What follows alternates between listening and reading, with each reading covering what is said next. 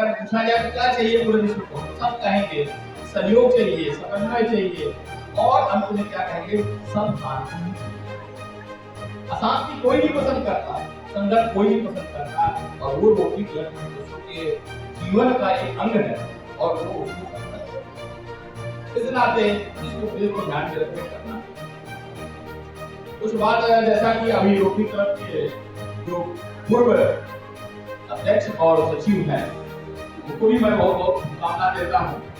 उन्होंने अपने रिपोर्ट में सिमर जी और अनिल कुमार जी ने, तो अनिल कुमार जी ने रिपोर्ट रखा है ये, और अभी जब आरिफ भाई बोले तो आते हैं 1 मिनट बोल के चले जाते हैं, तो ये कर्म योगियों की पहचान ही है, इनको बोलना ही नहीं चाहिए, इनको करना ही चाहिए।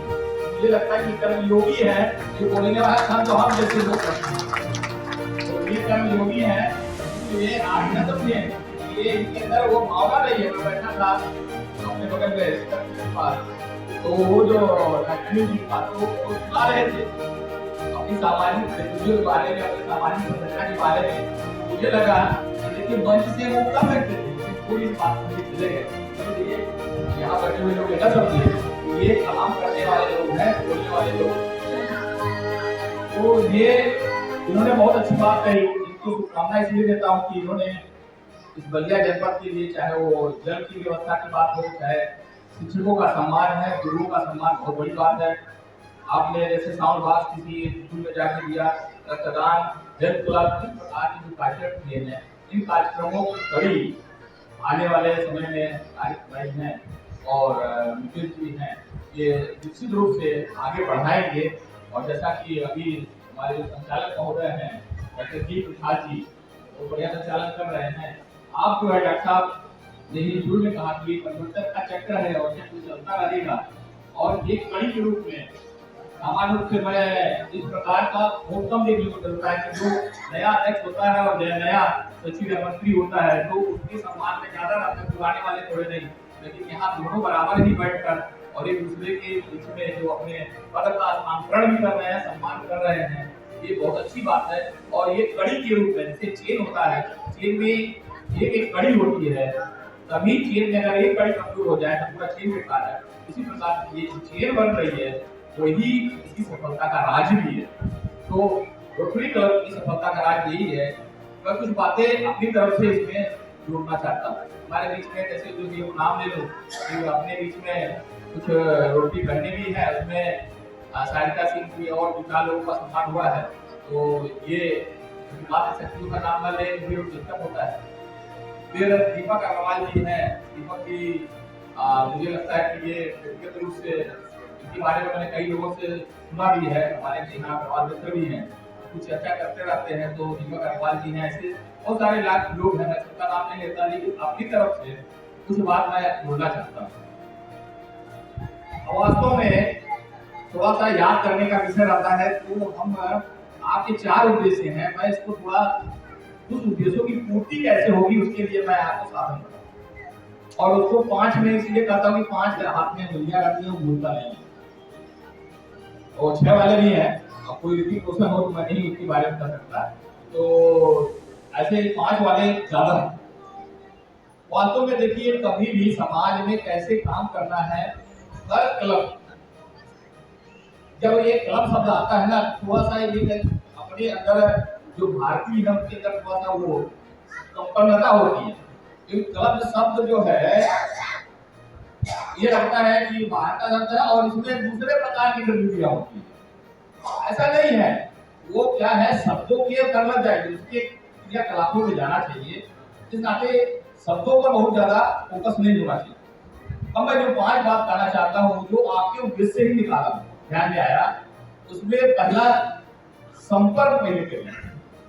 आपको एक नए लोग जुड़े हैं, तो आपका भी अभिवादन करता हूँ, क्योंकि वो नए जुड़े हैं। मैं अपनी तरफ से उनका अभिवादन करता हूँ, बाकी आप लोगों ने किया है।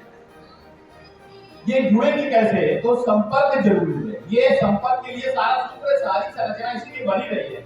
आपका संपर्क जो 32 कर सकते हैं कि 32,000 क्लब है, और जो 13 लाख आपको आप बता रहे रोटेरियन है, उनके बीच में यही कड़ी को काम करती है। संपर्क का दायरा बढ़ रहा है, संपर्क सेवा करने का भाव हो, जब आपके अंदर सेवा का भाव आएगा तो ये 5 काम करने से ही सेवा हो सकती है। ये अगर नहीं करेंगे सेवा कर ही नहीं सकते। पहला संपर्क करना पड़ेगा, कौन नीडी है, किसको जरूरत है, संपर्क करें। कौन जुड़ना चाहता है, कहाँ जरूरत है, ये संपर्क से ही पता चलेगा। और संपर्क करिए, दूसरा काम करिए, जो संपर्क करिए तो संवाद करिए। गए मिलके चले आए ऐसा नहीं, उनसे संवाद करिए, थोड़ी बातचीत करिए, अनौपचारिक बातचीत करिए। कुछ बहुत ज्यादा सिद्धांत की बात नहीं करना, मिलिए और अनौपचारिक बातचीत करिए। हालचाल पूछिए घर का, आपको धीरे धीरे उसके दुख और सुख दोनों का आभास होता है। तो संपर्क, दूसरा आपको संवाद करना है। तीसरा क्या करना है, काम सहयोगी। आपका भौतिक प्रवृत्ति ऐसी होनी चाहिए, क्या दिक्कत है, मैं सहयोग करूं।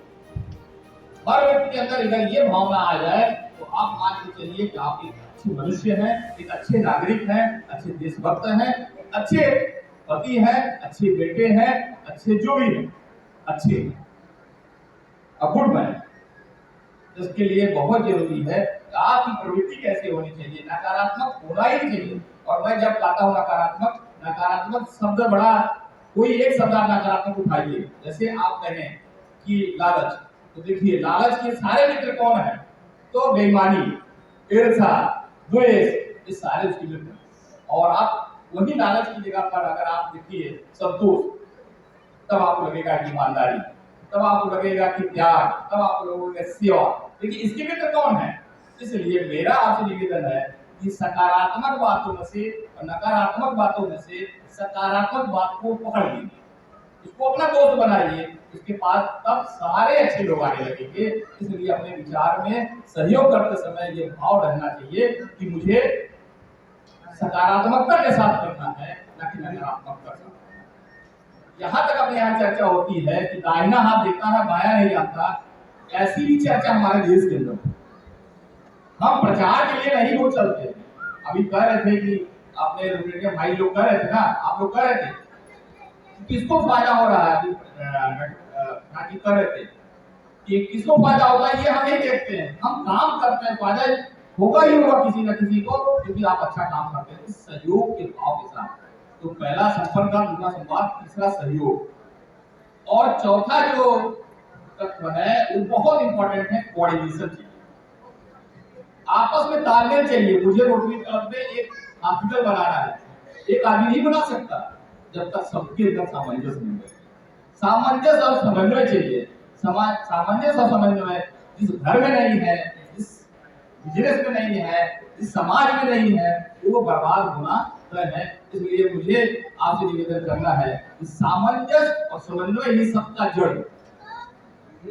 हम आप कितने भी अच्छे हो, आप जरा सोचिए, ये बिजनेस करने वाले जरा सोचिए, कल्पना करें, क्या समन्वय के बगैर वो बिजनेस कर सकते हैं?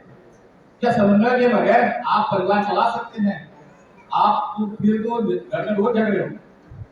समन्वय में जब बात करते हैं तब त्याग आता है, तब आता है समर्पण आता है, कुछ हम छोड़ते हैं और कुछ त्याग करते हैं, ऐसा संतुष्टि का भाव होता है, तब जाकर हम समन्वय कर पाते हैं। तो समन्वय ये चौथा मेरा ध्यान में विषय आया। लेकिन एक बात सबसे इंपॉर्टेंट है, वो अंत में है।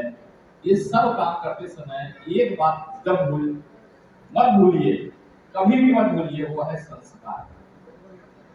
सारा काम आपका बेकार हो जाएगा। संपर्क कर रहे हैं असंस्कारी तरीके से, असंस्कारी तरीके से आप संपर्क बना रहे हैं, गलत।